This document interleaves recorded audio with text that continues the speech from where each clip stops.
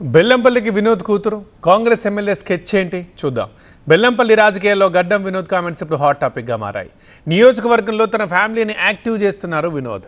తన భార్య ఒక ప్రకటన చేస్తారన్నారు వినోద్.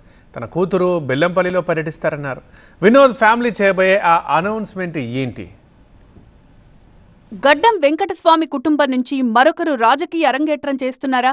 బెల్లంపల్లి ఎమ్మెల్యే వినోద్ తన కూతురును పాలిటిక్స్ లోకి తీసుకొస్తున్నారా అంటే అవుననే సమాధానం వస్తుంది. తన కూతురును బెల్లంపల్లి నియోజకవర్గ ప్రజలకు చేరువ చేస్తున్నారు గడ్డం వినోద్. త్వరలో బెల్లంపల్లిలో తన భార్య కూతురు పర్యటిస్తారని ప్రకటించారు గడ్డం వినోద్. వాళ్ళిద్దరూ నియోజకవర్గానికి వచ్చిన రోజు కీలక అనౌన్స్మెంట్ ఉంటుందన్నారు.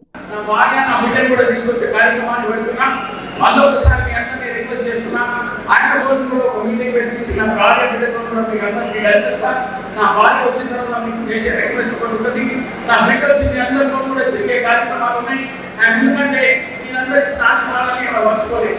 10 నెలల క్రితం మీ అందరూ కలిసి తిరిగింది. ఇప్పుడే మొన్ననే వచ్చింది, వస్తుంది. ఎల్లుండి డేట్ ఫిక్స్ అవుతుంది. అయిన తర్వాత మళ్ళీ మా కలెక్టర్ గారికి చెప్తాం, మనం అందరం స్కూళ్ళలో పోదాం, అవన్నీ సమస్యలు చేస్తున్నాం. ఇక మీదట మహిళలకు ఏ సమస్య వచ్చినా తనకు చెప్పాలని, తన భార్య కూతురు వారి కష్టాల్లో పాలు పంచుకుంటారన్నారు వినోద్.